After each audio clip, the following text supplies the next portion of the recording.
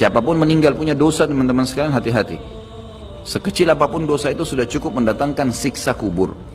Walaupun belum tentu dia masuk ke dalam api neraka. Jadi jangan dianggap remeh. Makanya kisah yang masyhur berhubungan dengan masalah ini adalah kisah Utsman bin Affan radhiyallahu anhu yang pernah menziarahi kuburan lalu terisak-isak menangis seperti anak kecil. Lalu beberapa teman-temannya di zaman khilafah beliau berkata, "Wahai Amir Mu'minin, kenapa anda menangis melihat kuburan? Padahal Nabi SAW sudah menjamin buat anda surga. Dan anda ini siapa? Terkenal anak mantunya Nabi SAW, ya, dapat jaminan surga. Nabi sebutkan lisannya langsung, Utsman di surga, dijamin. Bagaimana bisa anda menangis seperti ini?" Jawaban Utsman radhiyallahu anhu sangat bijak. Orang yang beriman dan berilmu punya jawaban yang tepat. Dia mengatakan, Rasulullah SAW menjamin buat saya surga, tapi tidak menjamin saya selamat dari siksa kubur. Dari mana jaminan saya disiksa dulu di kubur? Nanti saya masuk surga, betul. Tapi di kubur disiksa dulu karena masih ada dosa. Maka pemahaman yang dikeluarkan oleh para ulama tentang tadi saya bilang, dosa itu sekecil apapun sudah cukup untuk membuat adanya siksaan, gitu kan?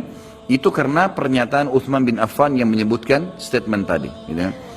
Jadi kita harus memahami poin ini, teman-teman sekalian. Makanya jangan pernah tunda minta maaf sama orang. Jangan pernah tunda mengembalikan haknya orang lain.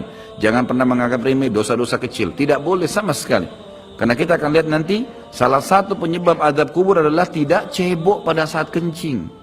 Masalah kecil yang dianggap kecil oleh orang, gitu kan? Banyak orang anggap remeh. Maaf, banyak saudara-saudara kita yang membawa taksi, kendaraan umum di luar sana, kemudian kadang-kadang kita lihat di pinggir jalan kebelet kencing, main mampir sembarangan saja, ya, kencing sembarangan, tidak membersihkan dirinya. Ini berbahaya, penyebab azab kubur. Kata ulama, kalau kencing saja itu sudah menjadi penyebab, bagaimana dengan buang air besar? Bagaimana dengan orang junub tidak mandi? Bagaimana dengan hal-hal yang lebih besar lagi? Gitu kan? Karena memahami hukum-hukum syari seperti ini, kalau hal yang kecil saja dilarang, berarti hal yang besar lebih pantas untuk dilarang. Kalau hal kecil saja mendatangkan azab, berarti hal yang lebih besar lebih pantas mendatangkan azab. Jadi harus hati-hati, gitu kan?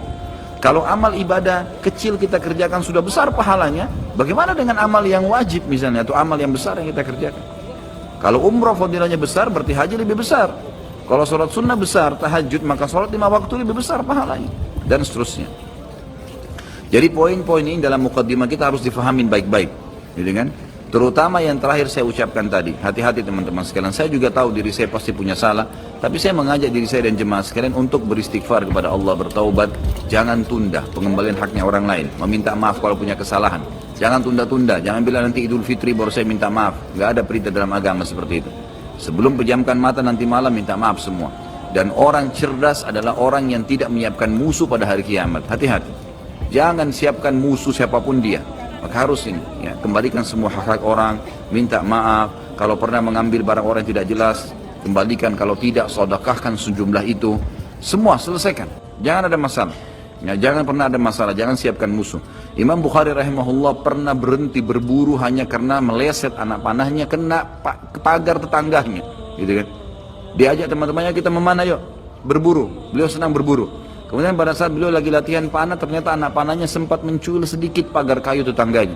Lalu dia panggil gulamnya, gulam ini kayak pembantunya, sampaikan ke teman-teman saya kalau saya tidak jadi memanah, saya tidak jadi berburu, dan sampaikan kepada tetangga kalau Bukhari minta maaf. Muhammad namanya tentu, Muhammad minta maaf, gitu kan? Sampaikan dan siap mengganti pagar yang rusak itu. Begitu pembantunya Imam Bukhari datang ke tetangga tersebut lalu berkata, ya, Syekh Imam Bukhari menyampaikan maaf karena pagar Anda tercuil, diperlihatkan. Lalu tetangganya tersenyum dan berkata, jangankan pagar saya, rumah saya semua buat Imam Bukhari. Saya tidak perhitungan dengan masalah itu.